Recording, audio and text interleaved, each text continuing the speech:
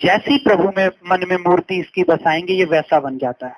मैं 7वीं क्लास में था, तो हमारा जहाँ घर है जंगल है बाबूजी, तो जंगलों से हम साइकिल से जाता था स्कूल पढ़ने, शहर जाना पड़ता था, तो डर लगता था। तो बाबूजी को पिताजी को बोला, पिताजी मुझे छोटा हूं तो मुझे डर लगता है, रास्ते में गाड़ियां चलती हैं, कहीं रोडवेज की बस मेरे ऊपर ना चढ़ जाए, मैं मर ना जाऊं, कोई मुझे भूत ना पकड़ ले, तो मैं डरता था।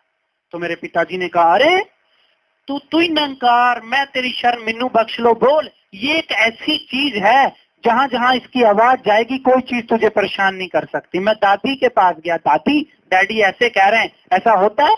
अगर रोडवेज की बस के नीचे आ गया, दादी बोली ना बस तुझसे टकराएगी, बस टूट जाएगी, तेरा कुछ नहीं बिगड़ेगा। अब मैं 7वीं का बच्चा, मैंने यही मान लिया। तो जब कोई गाड़ी आसपास से गुजरनी, मैंने जोर जोर से कहना, तू ही नंकार, जो टकराए तो यही टूटे, मैं ना टूटू। तो उस डर की वजह से मैंने सिमरन शुरू किया। किसकी वजह से? डर की वजह से सिमरन शुरू किया। 7 किलोमीटर मेरे घर से शहर पड़ता है, 20 मिनट में रोज सिमरन करता था। 7वीं निकल गई, 8वीं क्लास निकल गई, 9वीं निकल गई। निरंकार का मुझे कुछ पता नहीं, निरंकार की इस चिड़िया का नाम है, कुछ पता नहीं। ज्ञान लिया, डैडी ने ज्ञान प्रचारक भी ज्ञान दिया, ये निरंकार, हमें तो दिखाई नहीं कौन सा निरंकार, 7वीं 8वीं में क्या समझ, पर सिमरन रहा। 10वीं क्लास आ गई, 4था साल, मैंने कहना साइकिल पे ही, अब भाई साहब प्रीत जी गीत गाएंगे, मैं खुद गीत गाता था। अब भाई साहब प्रीत जी सिमरन कराएंगे, मैं खुद सिमरन कराता था। फिर मैं मंगलाचरण भी खुद पढ़ता था, खुद ही विचार करता था और खुद ही धुनी पढ़ देता था, टॉफी निकाल के खा लेता था। संगत हो गई, अकेला। 5 साल मैंने साइकिल पे यही किया। प्रभु मुझे नहीं पता था कैसा, प्रभु का एहसास मेरे जिंदगी में नहीं, पर ये मेरे जीवन में रटन बन गई। क्या बन गई? सुबह की भी शाम की भी रटन बनी, मेरे डर के कारण। किसके कारण? सुनने वाली बात है। अब मैं 11वीं क्लास में आया, साइकिल से सुबह 4:30 बजे जा रहा था। जैसे ही संगत खत्म की, मैंने कहा प्यार से कहना, मुझे आवाज आई, धानंकार। आगे पीछे चारों तरफ देखा तो कुछ नहीं। मैंने सोचा भूत पीछे पड़ गए और साइकिल लेके भवन में भागा। पर बड़ा रोया, बाबूजी मैं तो सिमरन कर रहा था, 4 साल बाद मिलना तो प्रभु था, मिल गया भूत। घर भी बताया तो माँ बाप ने बताया, नहीं, जहाँ संतों महापुरुषों का सिमरन, जहाँ प्रभु का सिमरन होता है वहां भूत होते ही नहीं। 11वीं क्लास थी ना, तो 11वीं में नंकार, बच्चा मिच्योर होता है, तो नंकार दिखने लगा था, पाया नहीं था। क्या होने लगा था? दिखने लगा था कि ये जो खाली खाली जगह ये नंकार है।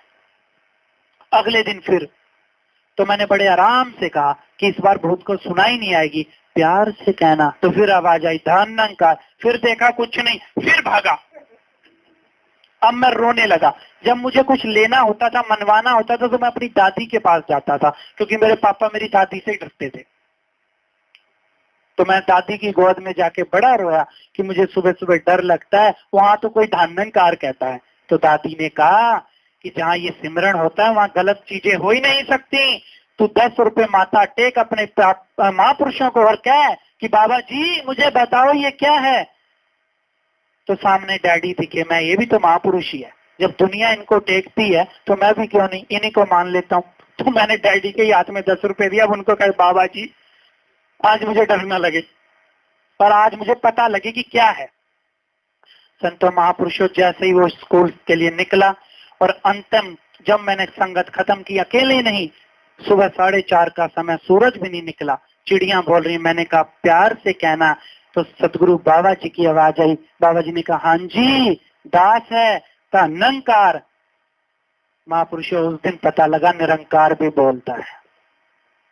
मेरी जीवन में बोला, घर आके बताया, सबको बताया, अरे मेरे से नंकार ने बात की, मुझे नंकार धानंकार कह रहा है। तो इससे बात करनी शुरू तो करो। तो कैसे मिला?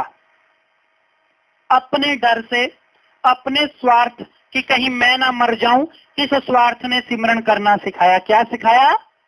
तो उस सिमरन की रटन कब एहसास बन गई पता ही नहीं चला।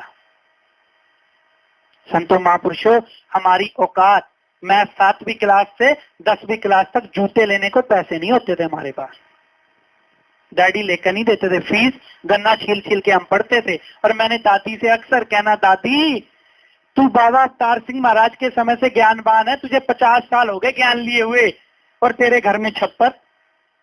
जब बाबा जी आए तो रात को बारिश आ गई। अब छप्पर आप पता नहीं समझते कि नहीं समझते, वो किसके बने होते हैं, घास के, कच्चे मकानों के आगे लटका देते हैं घास के, तो उसमें से पानी टपक रहा। और मेरी दादी सारी रात बर्तन लिए खड़ी रही वहां पानी की, बाबा जी के ऊपर ना टपक जाए।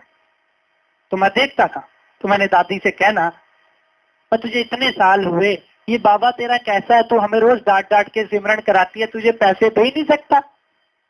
तो मेरे दादी ने कहना, नहीं ये समर्थ है, इसमें भी इसका कोई राज है, देखी एक दिन इसने इतने देने, कमी नहीं। तो साइकिल पे जाने वाला वो व्यक्ति आज विश्व की 1 नंबर की एयरलाइन है कॉन्टिनेंटल, जो दास के सिग्नेचर से चलती है अमेरिका में। 3-3, 3.5 हजार करोड़ का एक जहाज, 300 जहाज दास के अंडर से चलते हैं। तो मेरी औकात थी, और ये जो आज आपने दिया ये मेरी सौगात है, कोई कमी नहीं छोड़ी आपने।